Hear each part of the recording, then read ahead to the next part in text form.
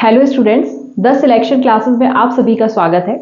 आज का जो हमारा टॉपिक है वो स्पेस टेक्नोलॉजी से रिलेटेड है और साइंस एंड टेक के क्वेश्चंस करंट अफेयर्स में बहुत ज़्यादा चर्चा में रहते हैं और अगर कुछ ऐसा अचीवमेंट किया जाता है बेसिकली इसरो के द्वारा तो उसका क्वेश्चन एग्जाम में आने की संभावना बहुत ज़्यादा रहती है। तो आइए हम जान लेते हैं कि इसरो ने ऐसा क्या कमाल किया है।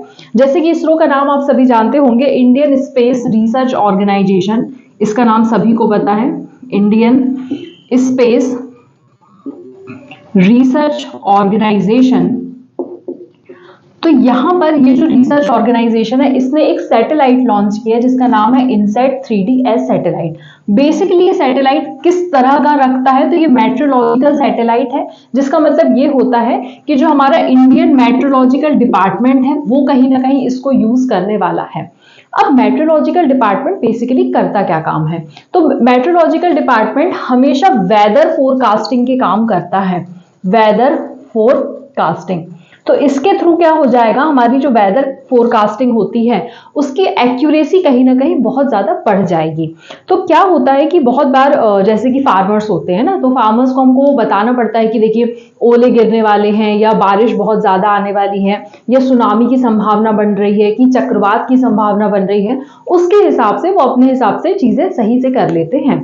उसके बाद बहुत बार ऐसा होता है कि जो हमारे फिशरमैन होते हैं तो उनको एक प्रॉपर फिशिंग एरिया भी हमको बताना पड़ता है, तो वो भी सैटेलाइट के थ्रू संभव हो पाएगा कि हम बता देंगे कि कहाँ पर फिशिंग इस समय पर आप बहुत अच्छे से कर सकते हैं, कहाँ पर फिशिंग करने से आपको लाभ होगा। तो ऐसी तमाम चीजें हैं जो हम इस सैटेलाइट के थ्रू बता सकते हैं। तो अब सवाल ये आता है कि क्या हमारे पास ऐसी कोई सैटेलाइट पहले मौजूद नहीं थी क्या? तो हमारे पास ऑलरेडी एक सैटेलाइट या मैं बोलूंगी दो सैटेलाइट्स मौजूद हैं, जिसका एक का नाम है इनसैट 3DR और एक का नाम है इनसैट आर 3R। ठीक है, तो ये जो है ये कहीं ना कहीं हमारे यहाँ पर ऑलरेडी लगी हुई है। लेकिन क्या होता है कि ये जो सैटेलाइट्स है इनका काम बहुत समय पहले बना चुके हैं, 10 साल हो चुका है इनको बने और ये तब से काम कर रही हैं। लेकिन क्या होता है बाय द टाइम धीरे धीरे क्या होता है इनकी एक्यूरेसी में कमी आने लगती है। तो उस एक्यूरेसी को मेंटेन करने के लिए, और पुरानी चीज हो गई है तो हमको उसमें भी कुछ मॉडर्नाइजेशन करना है, उसमें भी हमको कुछ चेंजेस करने हैं, डेवलपमेंट करने हैं। तो उसके तौर पर क्या किया गया है, इसको अब रिप्लेस कर दिया गया है या इसकी जगह पर यहाँ पर इनसैट 3DS लॉन्च किया गया है। अब ये जो लॉन्च किया गया है ये किया गया है जियो स्टेशनरी ऑर्बिट पे, जियो स्टेशनरी ऑर्बिट। अब ये होती क्या है ना, यहाँ पर हम दो टर्म्स पढ़ेंगे। पहले हम समझ लेते हैं ऑर्बिट क्या होगी। तो सपोज ये हमारी अर्थ है, दैट इज आवर अर्थ। इसके आसपास का जो एक एरिया है जो कि 200 से 2000 किलोमीटर तक का है, इसको हम बोलेंगे लो अर्थ ऑर्बिट का एरिया। इसके बाहर एक और एरिया है जो कि है सपोज 10,000 से 15,000 किलोमीटर। ये मैं अनुमान बता रही हूँ आपको, बहुत एक्यूरेट डेटा नहीं है। तो ये मिडिल अर्थ ऑर्बिट कहलाता है। लेकिन जो इसके ऊपर बाहर अगर हमको 3600 किलोमीटर तक 36,000 किलोमीटर तक का अगर भेजना है तो हम इसको बोलते हैं जियो सिंक्रोनस ऑर्बिट। अब मैं बोल रही हूँ मैम आपने तो यहाँ पे जियो स्टेशनरी ऑर्बिट लिखा है, यहाँ आप जियो सिंक्रोनस कह रहे हैं। तो ये जो ऑर्बिट होती है ये जियो सिंक्रोनस ही होती है। दो टर्म्स होते हैं, एक होता है जियो सिंक्रोनस और एक होता है जियो स्टेशनरी। दोनों में डिफरेंस होता है। जियो स्टेशनरी समझ में आ रहा है कोई चीज वहां पर स्टैग्नेंट पोजीशन पर है, मतलब वहां से मूव नहीं कर रही है।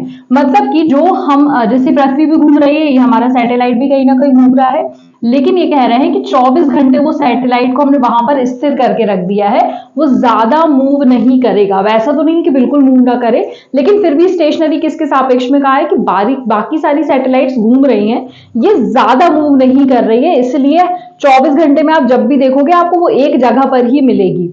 आप 1 बजे देख लो, 2 बजे देख लो, वो आपको एक स्थान पर ही मिलेगी।